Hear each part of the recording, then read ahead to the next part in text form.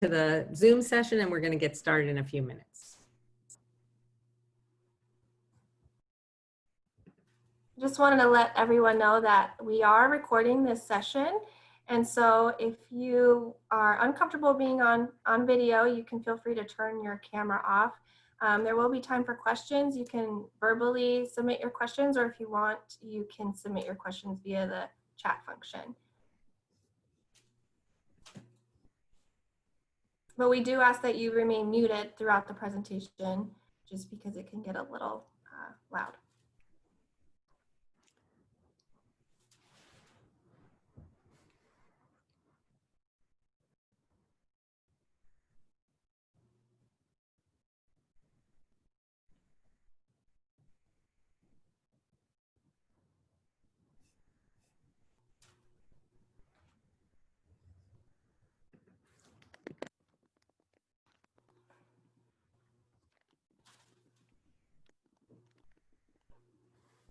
So, Margot, I will let you get started in a few minutes, but first I'd like to thank you for facilitating our session today. This is the fourth Talk About It small group workshop that we're doing virtually, and so we're very happy to have you here, and we're really excited for your message.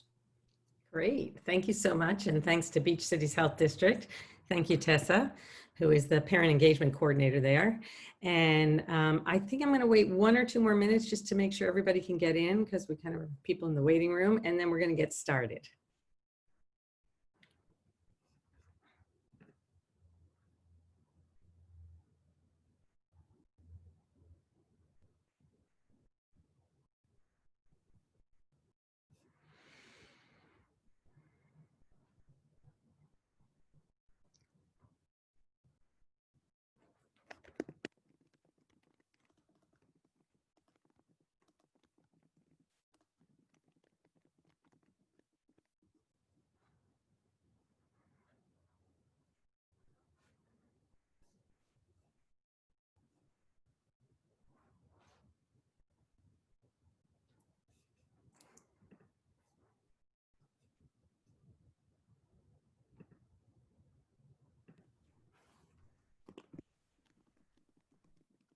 Okay, so we are just waiting maybe 1 more minute, just letting a couple more people join. Thank you for your patience.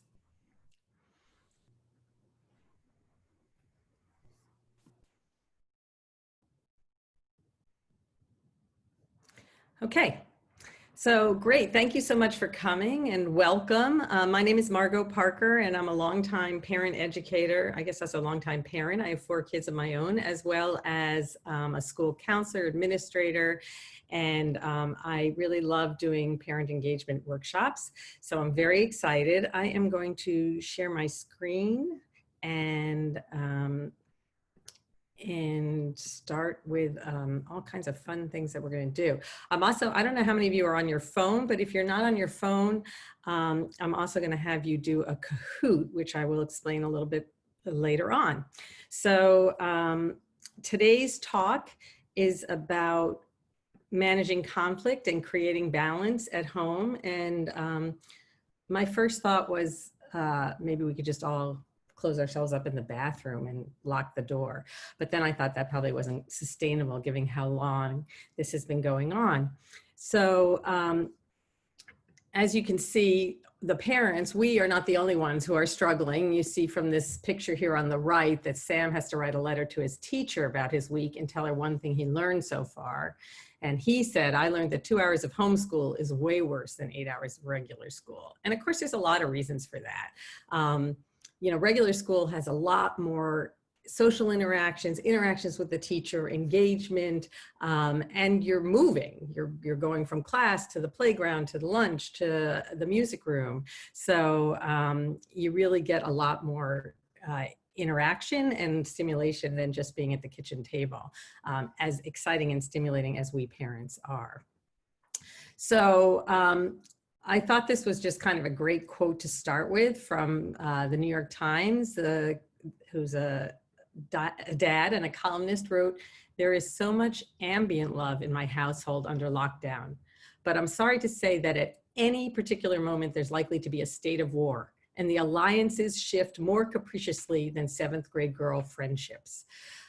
So, you know, the battles that we're having, sometimes we're having battles with the kids fighting with each other. Sometimes the kids are fighting with the parents or having conflicts, not necessarily fighting, but having conflicts.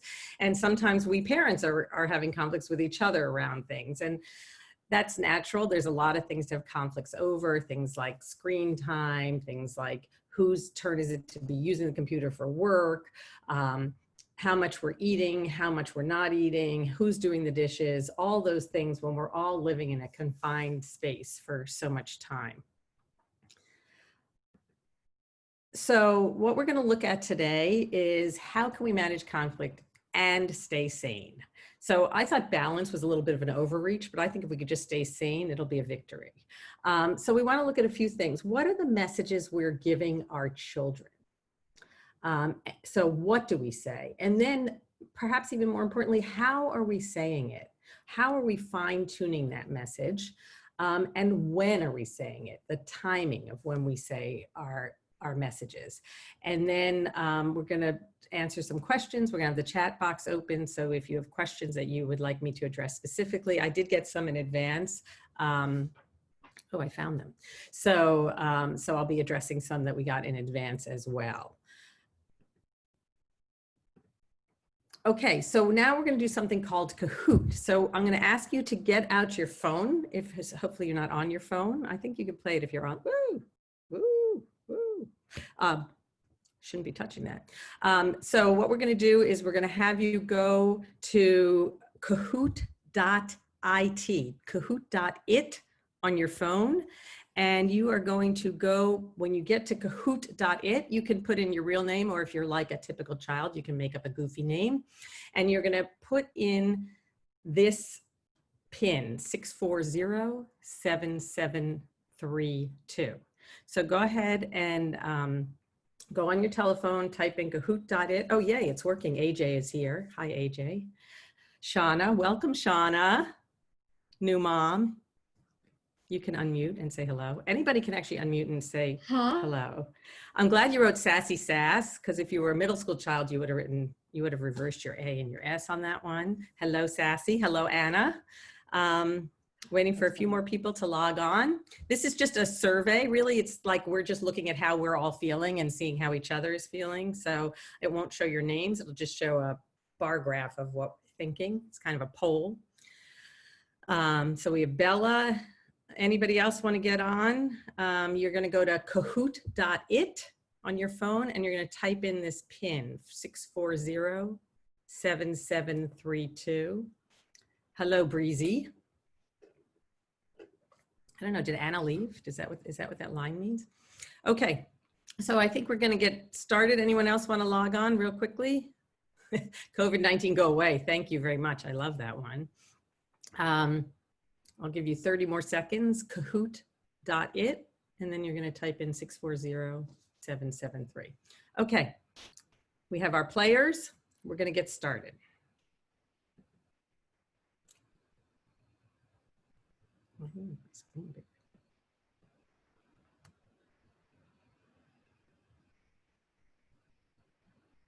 So you look on your phone and you pick the corresponding color. So you look at these answers on the screen. One person has answered. You have 7 seconds. 2 people have answered. 3 people have answered. You got 3 more seconds. 4. Great. So you can see many people have experienced all of the above, and a couple of people have experienced more positive family time. Some of us have experienced greater conflict, and some of us have experienced opportunities to try new things. Yeah, and I would say all of those in some measure. Let's see our next question. I have found Zoom to be a lifesaver, an opportunity to see people, difficult to feel connected to others, stressful and frustrating.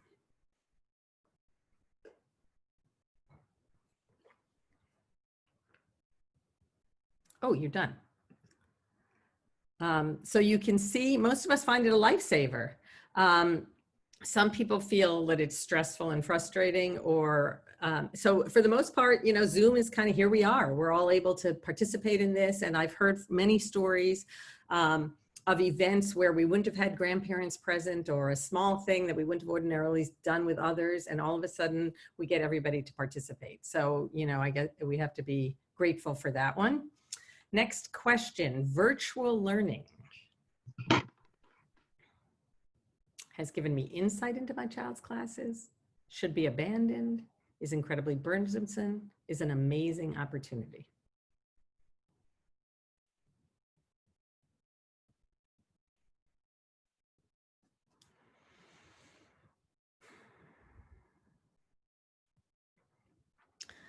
So pretty split. Yeah, I would say we're getting a lot of feedback on the school side as well. For some people, for some parents and families, it's a nice way to kind of really see what our children are learning. I've heard parents say, wow, I didn't know how my child thinks. I've never seen my child in a classroom. Some parents are saying, I love being a fly on the wall and walking by and hearing what they're learning. Other people are saying it's not sustainable, it's not fair to the kids. So it's really a mixed bag, I'd say. And I think that might be where some of our conflicts arise. We're going to talk about that in a little bit.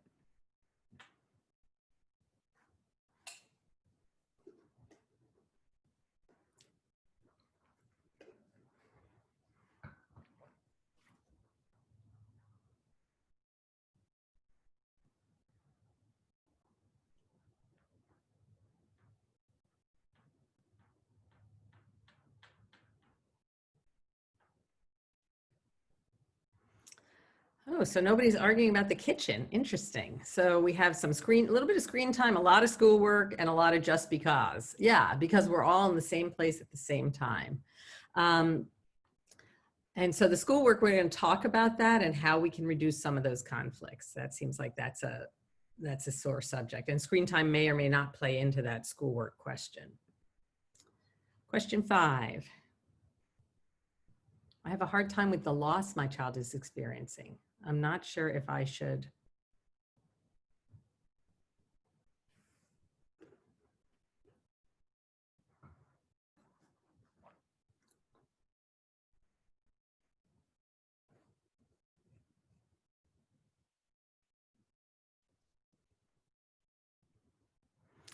Point out how everyone else is dealing with these same issues.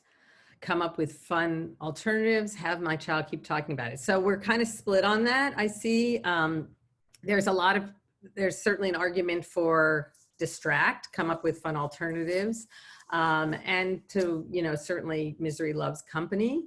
Oh wait, are there more people in the waiting room? Oh, sorry. And have my child keep talking about it. Seems like not as popular an answer, but you're going to find out that might be, spoiler alert, that might be what we're talking about in the next few slides. Okay, last question.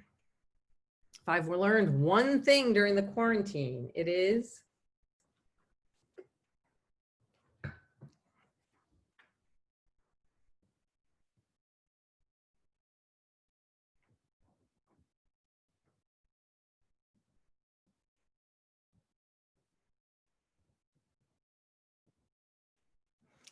nice. The value of a good walk. Those are great answers. I would pick the green one. I'm not a great housekeeper. But yeah, the value of a good walk. And given that this is about how to avoid conflict and how to avoid, how do I do this? How to avoid conflict and bring balance or keep sanity. The value of a good walk is a great place to start. I want to stop screen sharing for a quick second. How do I stop? Oh yeah, here I am. Can you guys turn your videos on for a quick sec? Hi, it's a little weird. I'm talking to these black squares. So I just wanted to say hi to everyone. It's like talking into space. Anybody have any thoughts on that survey? Any questions? Any things I didn't give in as options? I think for me, some of the answers I would have appreciated and all of the above. Yeah. Yeah. And I think that's somebody gives That's a quote on Well, that. this one more than this one or this one? No, can I choose all? Yeah. So, but yeah, this was fun. Yeah, I mean, it kind of was really just to show that we are, like our children, we are experiencing a huge range of emotion, and Exactly. within a day, within an hour. And I don't know, raise your hand. Do you guys, anybody have teens in their home? So some teens, anybody have young kids in their home? Young kids. So, you know, depending on sort of where they are, yes, young kids, where they are developmentally, we can really, oh, somebody, we can really experience and really see their highs and lows in you know, in the course of their day or the course of an hour. So I'm going to go back and share my screen and talk a little bit about how can we oh, thank you, Tristan. Sorry, you have no voice. Yeah, and so someone wrote here, one of my kids handles stress better than the other. And so we as parents have to respond to that. And you know, it's not going to be one size fits all, and it's not going to be what worked yesterday is going to work today. So, okay, I'm going to go back to screen share. And we're going to talk a little bit about some strategies. Anybody have any questions before we go on? I'm so glad you're all here. Thank you for taking the time. It's so nice to actually see you. Okay, so where was I? Eesh. Okay, this might take me a second. Okay, look at me. So I want to look at this for a second, and I want you to think about this. And of course, like most graphs that graph emotion, our experience is not going to be linear. It's not like, oh, I went from 1 to 2 to 3, but this, and they look at sort of that dotted line, and this is the research has shown sort of how we react to these kind of situations. So you can see at the beginning, and you can probably experience where you were, you know, it was shock, oh, and then it was denial. Oh, this is only going to be a week. We're not really going to do that. Maybe some anger. And then, you know, we got into that sort of low curve, like this is going to last forever, sort of points 4 and 5 and 6. And now maybe we're turning the corner, maybe we're not, depending. But I thought what I'd like you to do is I'm going to put you into breakout rooms. Actually, I think Tessa, you might have to put them into breakout rooms. So it looks like I'm going to put maybe 4 people in a breakout room, Tessa. Tessa? Hello? Okay, so we're not going to do that because I don't know where my partner is. Let me just see for a sec. Oh, I'm going to put you in breakout rooms. Okay, here we go. So I'm going to put you in breakout rooms. I'm going to put that, I'm going to post that, that screen up, and I'm going to have you guys just talk amongst yourselves about where you think you are or where you think your kids are on that graph. So I think, Tessa, you're going to post that up into the chat, and I'm going to split you guys into breakout rooms.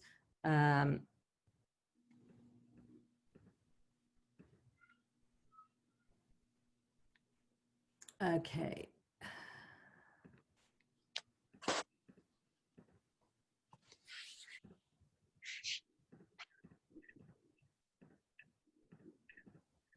Okay, so go ahead and look at the chat, and you'll see that graph.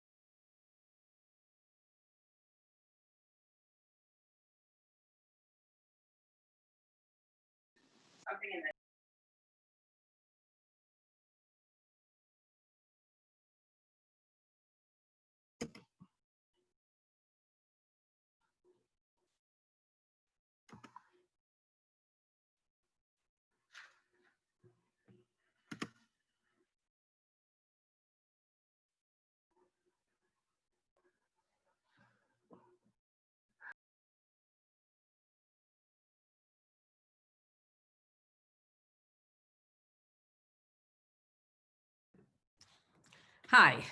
Okay. Welcome back. This is the beauty of technology. This is why we both love and get frustrated by Zoom.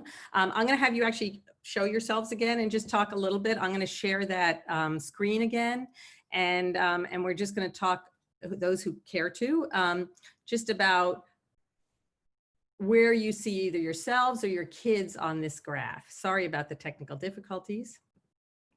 And you could just shout out because we're grown-ups if you want to say anything about the graph.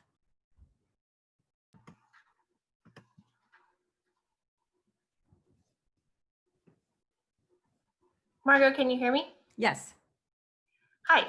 So sorry, I had gotten kicked off. That's why I was trying to come. No in here. worries. We're just talking about the graph and where we see ourselves or our children Yes. on this path. So yeah, I would say that I am at 5. at a 5. I'm So at- you're still at on the 5. downswing, sounds like a I little. sure am. Yep. Yeah. But it's and good that's, to see that there's a progression. yeah. And that's not uncommon because, you know, I think we kind of wove a story. Everybody weaves a story and says how they're going to get through it. And for some people, the story was, this is going to be over by May 15th. And when it wasn't, you know, and as I said, this is not linear. So you could be somewhere and then you could be slipping back again. Anyone else want to comment? Yes, Shauna. Yeah, I think that I'm probably at an 8 coming back to work because I have, you know, the benefit of being home with my daughter. So no maternity leave. So I think there's a nice silver lining for me in this, you know, so I think I'm starting to get a little bit on an upswing. Yeah. Great. Anyone else want to share? Okay. So just for you to bear this in mind, because not only are we all at different spots, but our children will all be at different spots along here. And so we have to be really cognizant of that as we are talking to them and communicating. So step 1, what do we say? The most important thing to say is to acknowledge how difficult it is for your kid. It's okay to meet them where they are and to say, this is really hard. And it's okay for us as the grown-ups to say, it's hard for us. It's also okay to let them talk. Let's check in with them. What's on your mind? What's going on? And then in the more kind of getting granular, we want to be able to pick our battles with them. Is this the hill to die for, whether they have a 3rd bag of chips? Is this where I'm gonna draw my line in the sand? So, you know, before we say it, we want to think, you know, what am I saying? And is this is it the message I want to be giving? But 2, do I need to say this? The most important thing we can do at this time, and for those of you who've heard me before, we really want to make sure our communication is clear, that we know what the expectations are, and that we place the expectations within our family values. So if our family values are, we work hard in school and we do our best work, even though school has changed and it's a slightly different iteration, that's still our family value. If our family value is everyone pitches in and we all have to clean the house together, then that's our family value. And I know one of the questions we received was about some parents said that their children have a hard time when they're following the social norms and have their masks on and following expectations, and they go out for a walk and other kids or other families are not, or other kids are having play dates, but our family is not doing that. We're following more manageable social distancing mores. So again, you want to put those in the context of our family values. We're following what we believe the guidelines to be, and we're doing the best we can. And every family is figuring it out, and all we can do is control what we control. And I think that's really the gist of it, is control, right? We're all feeling out of control. That graph shows how we feel when we're out of control. And so the idea that when we see other people, it's like, well, we're doing it and everybody should do it. And we want to try to create this control wherever we go. But we only really can control ourselves and our family. And then reframe. So what we say, again, kind of picking your battles, what does this mean in our current situation? What about eating habits, screen habits, chores around the house, keeping in touch with relatives? I don't want to call grandma. We never used to have to call grandma. Right, but now grandma's alone and she really important to her. And in our family, we take care of each other. Our family value is we take care of each other. We stay connected. And since we can't go visit her and she's in the house, we're going to call her every other day. So it's really important that the expectations are clear and that we are really stating them. And one of the best ways to do this is through a family meeting. And so I like to have a family meeting, you know, it depends. Some people like to do it at the end of the week, like on a Friday night, sort of a check-in on how the week went, and then kind of talking about the upcoming preview. Some people like to do it Sunday nights, you know, Sunday morning. I've heard people that do it on Saturday morning on a beach walk where they kind of are away from their distractions and take a beach walk, or now we're allowed to, but a family walk and kind of talk about how the week went, what the expectations are. And that's when we can bring up things like, you know, I noticed the dishes are really piling up in the sink, and how do you think we should handle it? And bring our kids in. So should we do a work wheel Monday, Wednesday, Friday, you know, Susie's doing it, and Tuesday, Thursday, Johnny's doing it, and Saturday, Daddy, and Sunday, me. I like to make myself the least on the work wheel. So you want to really use that time to talk about issues and allow your children to be part of that decision making and setting the expectations so that they have a voice. How we say it. So of course, this is our biggest problem or biggest challenge, right? Is when we're mad, we're going to say it in a mad way. And so I want to say two things. One is everybody checked off the power of taking a walk. So for sure, we don't necessarily need to address the dirty dishes right when we see them and our blood is boiling. We can give ourselves a timeout, make sure we're taking care of ourselves, putting our oxygen mask on first, as they say. So, you know, deep breaths, journaling. Is this just informational? Am I just saying something like, tomorrow we have a dentist appointment? Or is this emotionally loaded? Like, you never brush your teeth, you're going to end up with 15 cavities. So we really need to be cognizant of the way we say it. And we want to look at our voice. The angrier we are, the higher our pitch goes, and the faster we speak. So when we're really angry, our voice is way high and we're talking really quickly. We want to try to keep our face as relaxed and open, not like these two parents on the left.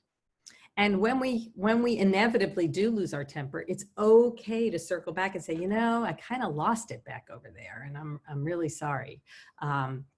So can we start that conversation again? I do really want to talk to you about the dishes, but I want to just have a restart.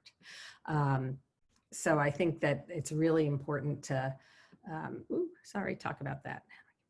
Oh, okay, so when we say it, again, the power in the pause.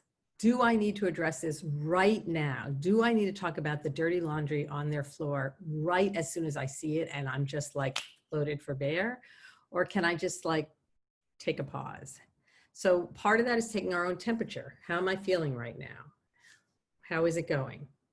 Do I need to address this immediately? What does this mean if I discuss it with later? Like, oh my God, you're on, what's that called? The video game again? You know, I told you not to play anymore. So, but maybe we just walk out, wait, and then come back in 10 minutes later and say, hey, can you talk, you know, I'd like to talk to you. Can we have a family meeting to discuss it? Maybe what we really need to do is set up timeframes on when we're allowed to play video games. Or we could have a whiteboard where we write things down and then we discuss it at the family meeting. The other thing I really want to say is, especially those of you who raised your hand about having teens, right now the screens are the only way for the teens to stay in touch with each other. And so we really have to be aware of that and support that, because they are really missing their friends. Kids that are starting, I'd say even as early as 4th grade, 5th grade, certainly through middle school and high school, those social relationships are so important. And they're missing the physical proximity, the joking around, the hanging out. And so for them to go on a Zoom call or FaceTime one of their best friends is so important for them to have that connection. I'm going to pause for a second. I'm going to have a power in the pause. And anybody have any questions? Anybody want to jump in? I'm going to come over here and see if I see you guys. You could just shout out if you have a question or want some clarification. I have a question. Mm-hmm. Hi So, there. What's your name? hi, my name is Arif. Hi, Arif. I'm a father of a teenager and a fifth grader. Great. And with the teenager, we are experiencing the screen time issues. Mm-hmm. And for his defense, he's claiming that he is connecting with his friends, which is true most of the time, but most of the time also playing a lot of games. And of course, this leads into him not being able to sleep and also staying up all night. Right. And his biological sleeping order is changing. Correct. So, and then as he wakes up late in the day, he's aggressive, tired. So I'm really having challenges dealing with this. That's an excellent question. And it really brings up two issues. One is about the screen time, but one is about kind of the rhythm of the day, the circadian rhythm and the limits on when we limit the screen time. So as I said earlier, I think you're right. I think they need their screen time, they need their game time, they're bored, but they don't need it past 10 o'clock at night. They just don't. So at 10 o'clock at night, it's okay for us to take the screen. I mean, if you feel like maybe 11 o'clock, but I would say 10 o'clock is usually what I do. We take their screens, we take their phones. We could all sit in the kitchen and have a cup of tea, talk about the day, and then it's bedtime. And they don't get their screens. And that will be really important in terms of setting the circadian rhythm. The other thing is that for teenagers, you know, they do have, for our younger kids and older kids too, really, meaning grown-ups, we are up at 6 or 7. We are kind of up all day. And then at 8 or 9 at night, we kind of come down and we're ready to go to bed. For teenagers, they're up later. They're kind of, when they're really locked in, is more like 9 in the morning. I'm sure many of you have read the articles about starting school later. They're really 8:39 is kind of when they're up, and they're up, and then they have a lull in the middle of the day, like 4 o'clock. And you might see this with your kids. They're just like laid out. And then they sort of have a bounce from around 6 to 10. So if you say to them at 9 o'clock, it's time for bed, they're not ready. They're really not ready because their hormones are kind of regulating their circadian rhythm, their sleep rhythm. But having screen time before they go to sleep really hurts their ability to fall asleep. And so the most important thing you can do is say, hey, I'm not going to limit your screen time, or, you know, I'm not saying you can't have your screen time. I'm saying you can't have screen time after 10. And I'm going to take your phone and I'm going to take your iPad. Everything's coming out of your room. And then I'm going to start waking you up at 7 or 8, whatever you feel like is appropriate, when school's out. And so that and in the morning, we're going to take a family walk together. We're going to get up together and do some jumping jacks, whatever, and have breakfast and get the day so that we kind of do a little bit of a reset to get him back into the regular time frame. Yes, thank you. Without stealing other people's times, I have one more follow-up question. Sure. About synchronization of teenager daily routine and, you know, me, right? I mean, I'm working from home and I'm not used to working from home. I used to go downtown 1 hour, 15 minutes bus ride and come back, rushing back. So hoping that I can spend time with the kids. Right. Now I have all that time. Well, I mean, I'm still working, but more flexible schedule, right? Right. And I have this desire to leverage and maximize my face time with my kids. But unfortunately, because of this unsynchronized timeline, every time I just want to do something with them, especially the teenager, it creates conflict that takes out the fun and then defeats the purpose. And right. Suddenly we're not bonding anymore. Now we're fighting instead of bonding, right? Yeah. I think, again, the idea of a family meeting or some kind of communication and bring him in. I really want to spend some time with you every day. One, what would you like that to be? Would you like us to cook lunch together? Would you like us to cook breakfast together? Would you like to take a walk? Would you like us to play one-on-one basketball? And 2, when would you like that to be? So that then I want you to put this on your little calendar or whatever he uses, and I will put it on mine, so I won't take any business calls, and I want this to be our time together. Some of it is, you might say to him, I'm ready to do it now, and he might not be ready to do it right now. Some of it might be you want to do this and that doesn't really appeal to him. So part of it is involving him in that process, because you're right. You have an extra 2 hours a day, 2.5 hours a day that you don't commute anymore. And so, this is an incredible, that's the silver lining, right? That's the golden opportunity that we have, along with being trapped in the house with our families all day. So I think that you really want to be able to try to involve him in the process and have the conversation with him. And best if you have the conversation with him and your younger child, so that you're it's not like about him and he's being a problem, but this is a family thing. And I realized I want to spend time with each of you, and let's think, what do each of you want to do? And so it makes it seem like this is part of the process. Thank you. You're welcome. Other questions? Yes. Yes. You need to unmute. Oh, you can push unmute. You cannot push unmute. Oh, you can't talk. Are you going to type? Oh, you're going to type. Okay. Let's see. Oh, you put something in the chat box, I assume. Let's see. Tessa, can you read me her question? I can't find the chat box. Mario, all my functions were disabled when I got kicked out. Oh dear. So Hey, I can't. Shauna, can you read the question in the chat box? No. Let me open it and see if it was to me. It might have been privately to you. Was that correct, Tristan? Oh, wait, found it. Okay, my son feels, can I read it out loud? My son feels very alienated by his friends. He tries to organize opportunities to connect, and it always falls through, and then he feels bad about himself. No one likes me.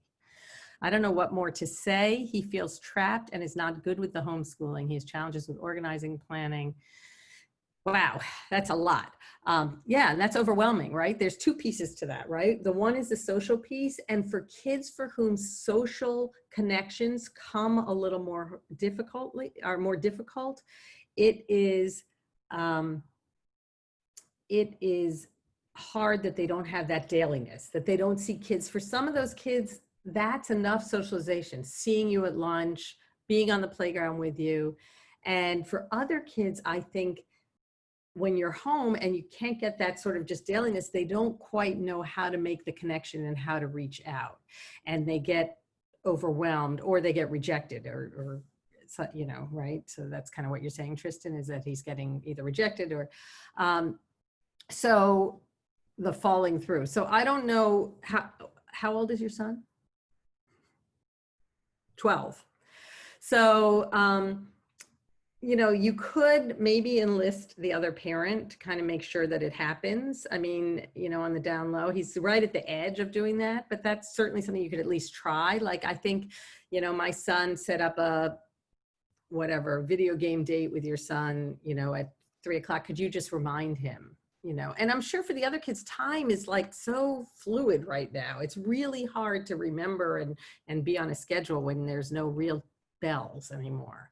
And I think with the homeschooling, I think we really need to acknowledge that it's not for everyone, and that this is a really hard way to learn, and that you're going to do the best you can. And again, you really want to couch it in terms of your family values. I really, in our family, we try our best. We do the best we can. We really want to work hard. And I know it's really hard without a teacher and without having conversation. And I know you're missing some assignments. And, I think, so let's figure it out. Why don't we say you're going to work on your own? I know you really want to try it on your own, and that's great. And then if it's due on Thursday and you haven't turned it in by Friday, I'm going to help you with it. So again, the pre-communication and laying the foundation is really, really important. I have a question too. Sorry, yes? Yes, I have a question too. I have a TKer at home, and I know she's still young, but yeah, I have a very hard time with her regarding homeschooling. Like, even she only has 3 sessions a week, and it's only half an hour, but she wants to play and not, and then sometimes I have to, like, I have to tell your teacher you're not going to attend, and then she's like, okay, I will attend. And then she asked me to bring her snacks, and I always have to run after her to eat something, but as soon as she sits there, she wants to eat everything. And then during the day, I have a hard time to convince her to do her homework, although it's minimal. So I don't know, are there any resources like creative ideas to make her more, because I don't want to force her to do this stuff. For sure. And I think your best bet at that age is really to have some kind of reward sticker chart. So, you know, she has class 3 times a week and she has whatever homework twice a week.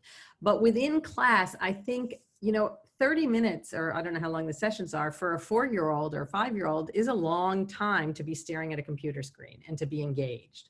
And I'm sure the teachers are doing a fantastic job. And so what I think is that you want to, within that half an hour, be rewarding her with a sticker. So if she can get a sticker every 10 minutes, if she gets 3 stickers at the end, then she can get her snack. I think we also have to set some boundaries, like we're not going to eat during class. You don't eat during class when you're in class. So I think you really want to try to set that up.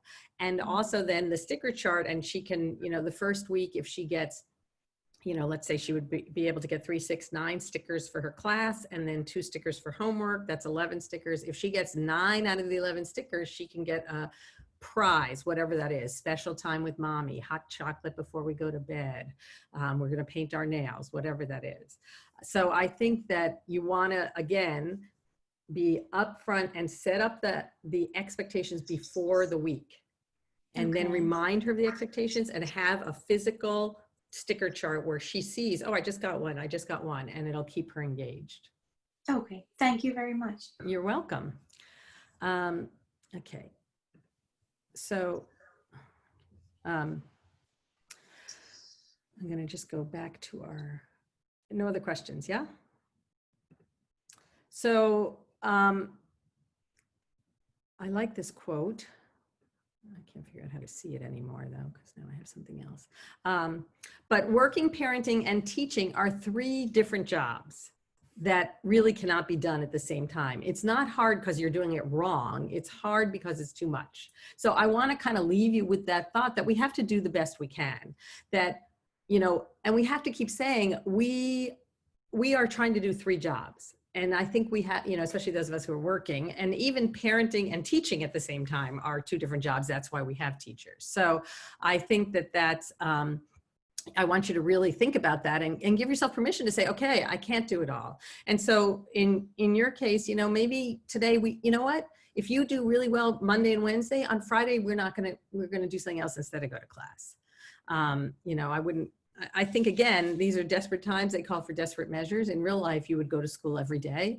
But I think that we can say, you know, look, you've done so well this week. We're going to go out and get ice cream, something like that, or after the class. So I think we have to really, you know, give ourselves and our kids a lot of wiggle room and flexibility. So just to kind of remember some final thoughts. Hold on, I really want to figure out how I get rid of this chat thing. How do I do that? Ooh. Sorry, you guys. Do you see the chat or only I see the chat? There's a little down arrow on the left that you should be able to close it. Yeah, no. Okay, so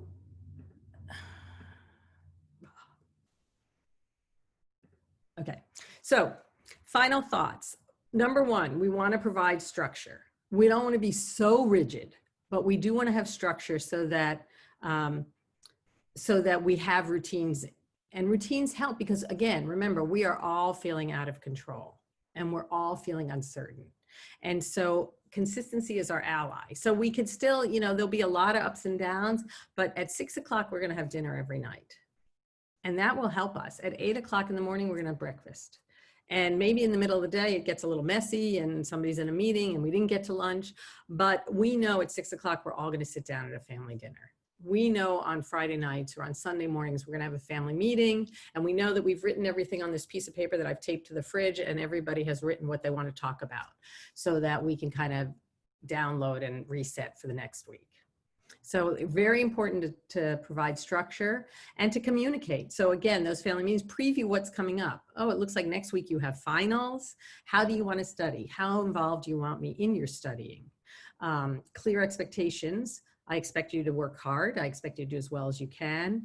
Remember, we talked about that we're going to go visit grandma, or remember that this is the expectation, whatever the meeting and the agreements were. Remember that if you go to your 3 classes, we're going out for ice cream on Friday. So we want to make sure that we communicate and that we clearly reiterate whatever the agreements were. Thought 3, make sure we take care of ourselves. So we have to be sure to take those walks, or like, as I like to say, go in the bathroom, shut the door, and spend 10 minutes. Just quiet with no one in there. Although my dog comes and scratches on the door, like there's no privacy anywhere. So take some time wherever it could be, in the closet, outside taking a walk, go in your room and say, you know what, I just need 10 minutes in here. So we need to take care of ourselves, do an online yoga class. Journaling is really great. I'm a strong believer in writing down 3 gratefuls every night, something that we feel really good about, and teaching our kids to do that is fantastic. So if at the dinner table you say, what were your 3 gratefuls? And they should be small things, like I saw a hummingbird outside my window, or the smell of the jasmine today was unbelievable. And what studies found is if you write down these gratefuls, what happens is during the day, you start looking for them so that you'll have 3 by the end of the day. And so your mind, it's like a reframe for your mind to start looking for small positive things, and it really affects your whole being. And finally, enjoy the moment. You know, I mean, there's some funny things that are happening at home. Burnt rolls are funny. Making a TikTok, trying to make a family TikTok, even if you do it on super slow-mo, is really hysterical and hard. Playing charades adds laughter. So think of family activities that all the levels can participate in and really enjoy that.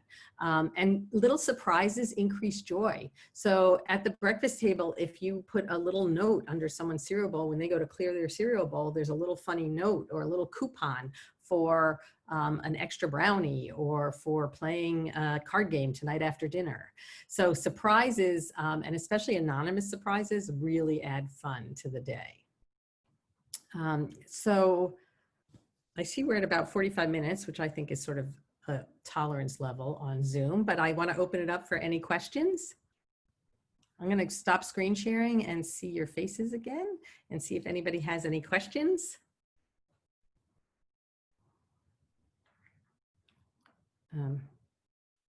Oh my gosh.